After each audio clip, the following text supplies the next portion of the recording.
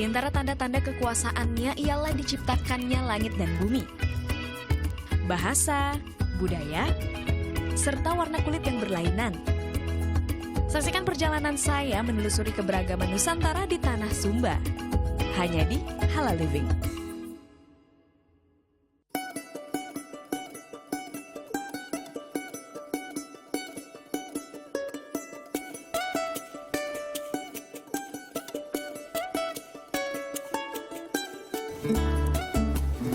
Assalamualaikum, selamat datang di bumi bagian timur Indonesia. Tanah yang diberkahi alam dan indah, Pulau Sumba.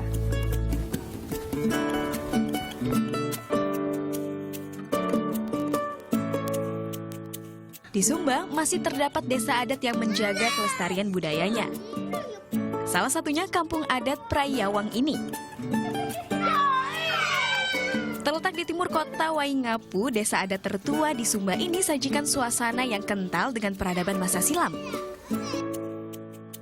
8 rumah dengan 1 induk rumah adat besar masih berdiri kokoh dengan segala keunikan. Mama Intan, kalau misalnya rumah besar adat Sumba ini fungsinya apa aja sih? Ini rumah besarnya semua rumah. Nah, kalau mau dikubur harus dinaikkan ke rumah adat. Oh, dinaikkan dulu ke Ya, sini. Kalau filosofi dari jenazahnya harus disimpan dulu di sini.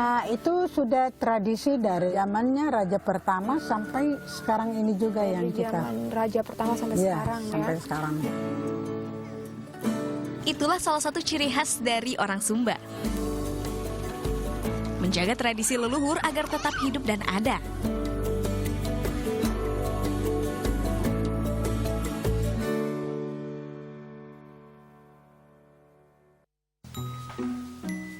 Halo kuda. Hai. Aku ikutan gabung dong sama kalian.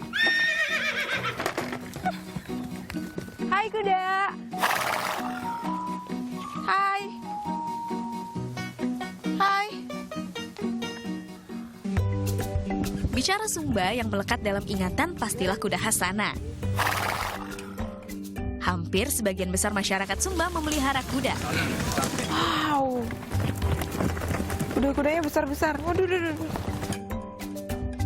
Benar saja, memiliki bentang alam berupa padang savana yang luas, kuda-kuda milik masyarakat memang dibiarkan lepas begitu saja.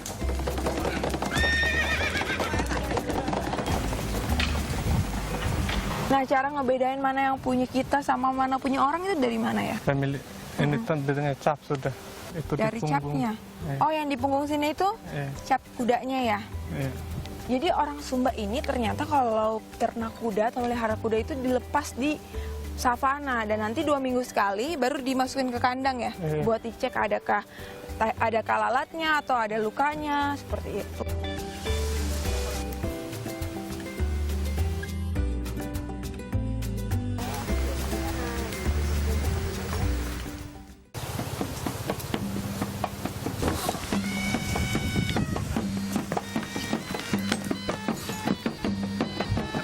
Nah, jadi ini proses capnya itu seperti ini. Agak kasihan sih sebenarnya sama kudanya.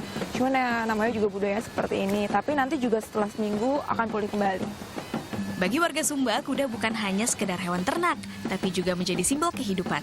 Tak jarang digunakan sebagai kendaraan atau bahkan menjadi seserahan pada acara pernikahan. Meski sering dilepas liarkan, namun beberapa kuda aman untuk ditunggangi. Mari mencoba. Dari bawah. Tuan, dipegang. Biarnya tenang ya. Tarik sebelah kiri ya. Oke. Nah, tinggal ditarik kendalinya.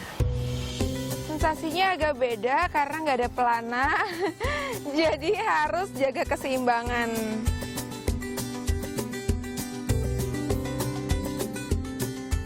Menunggangi kuda di Sumba ini serasa berbeda. Serasa Mida melakukan adegan-adegan dalam film fantasi ya. Begitu berbeda, Masya Allah.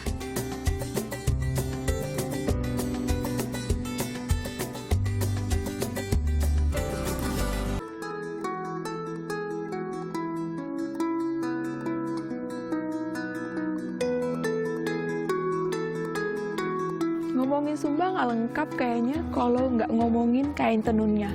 Nah, biasanya warga sini membuat kain tenun Sumba ini menggunakan bahan-bahan pewarna alami seperti dedaunan atau tumbuhan. Dan katanya nih, kalau si kain tenunnya makin lama makin tua umurnya, itu harganya bisa melambung tinggi hingga ratusan juta rupiah. Wah, kenapa bisa kayak gitu ya? Tak salah jika kain tenun Sumba disebut sebagai salah satu tenun terbaik di Indonesia.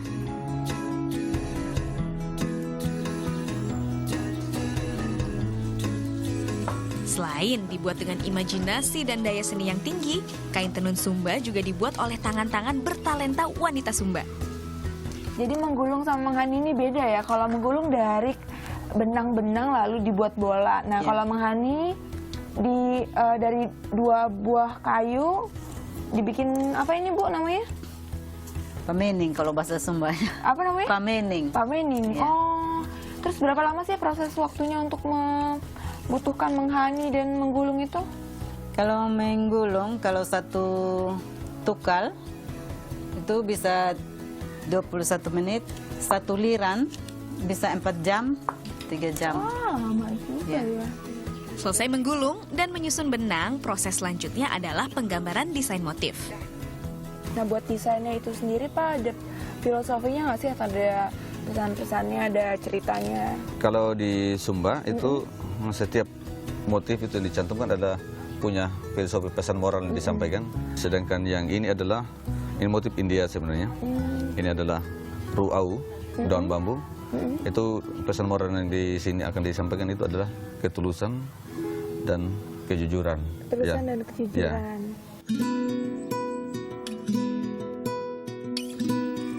Eits, ada nih yang membuat kain tenun khas Sumba ini lebih istimewa lagi. Yap, asal kalian tahu ya, pewarnaan kain Sumba ini ternyata masih menggunakan pewarna dari bahan alami.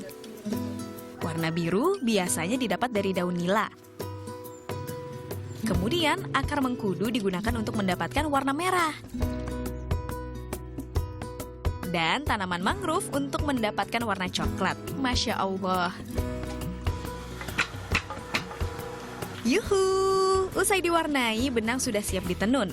Bismillahirrahmanirrahim. Sepertinya sih mudah, doain Mida ya. Saya takut rusak ya. Gini.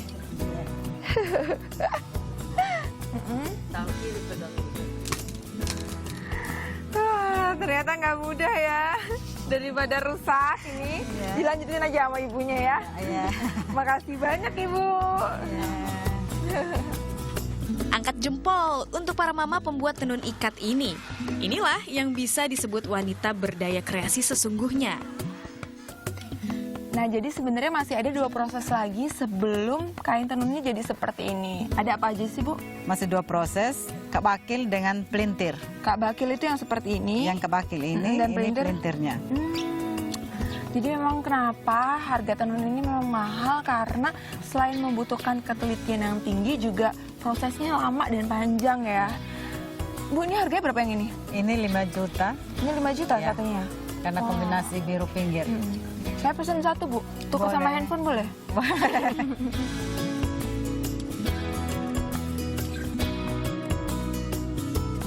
Mahakarya dari keahlian alami yang berpadu dengan nilai-nilai budaya rasanya wajar bila dibayar mahal. Jangan kemana-mana ya, setelah ini Mida akan belajar membuat salah satu cemilan khas Sumba.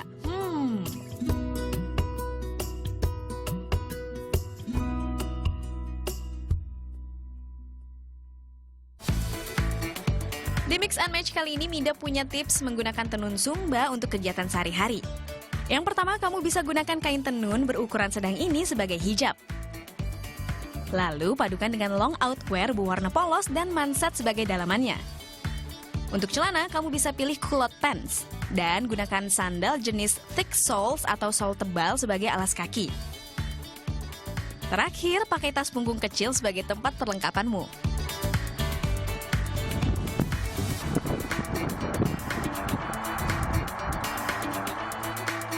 Pilihan kedua, kain tenun juga bisa kamu gunakan sebagai rok atau bawahan. Untuk gaya ini, kamu bisa padukan dengan kemeja berwarna putih dan square hijab dengan warna senada. Jam tangan, gelang, serta handbag bisa juga loh menjadi aksesoris pilihan. Dan lengkapi dengan alas kaki berjenis high heels.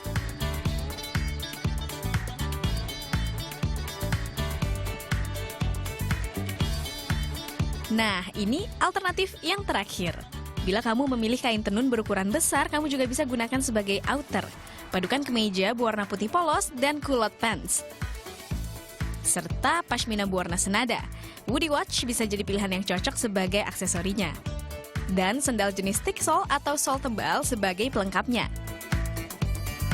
Tada!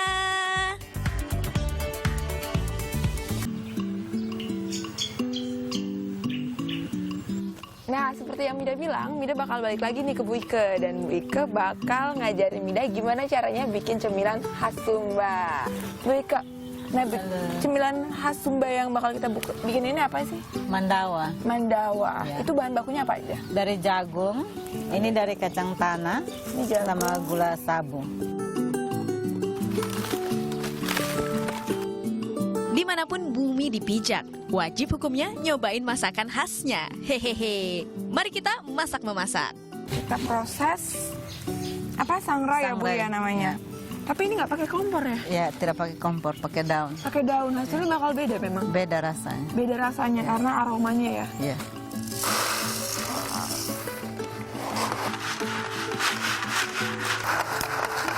Dia jadi kayak berubah jadi popcorn ya Bu ya.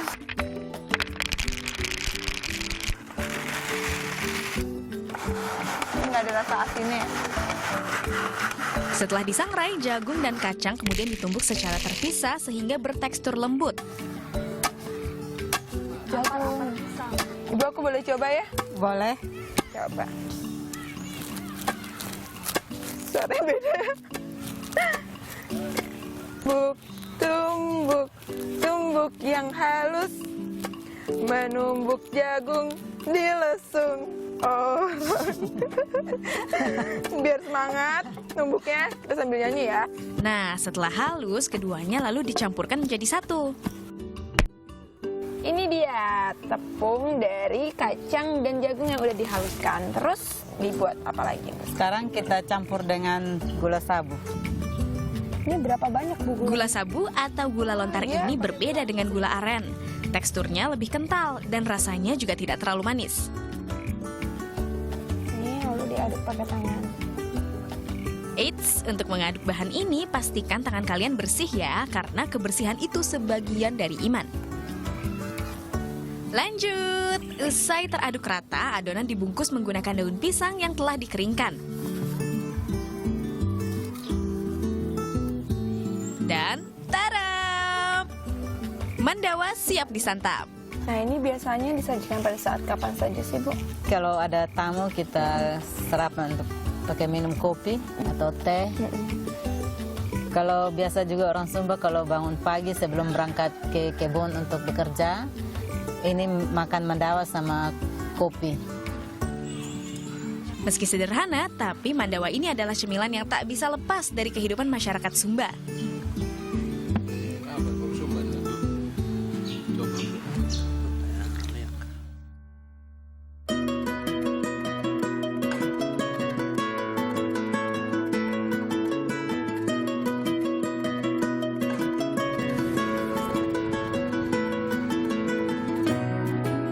Cara paling tepat untuk menikmati tanah Sumba ya dengan menjelajahi lebih jauh keindahan alamnya.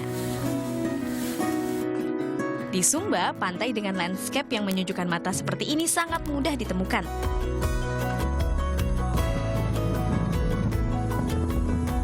Tak jauh dari pusat kota Waingapu, pantai Manangamehi bisa dituju dengan jarak tempuh 30 menit saja. Suasananya yang masih asri, sepi, dan cocok untuk relaksasi.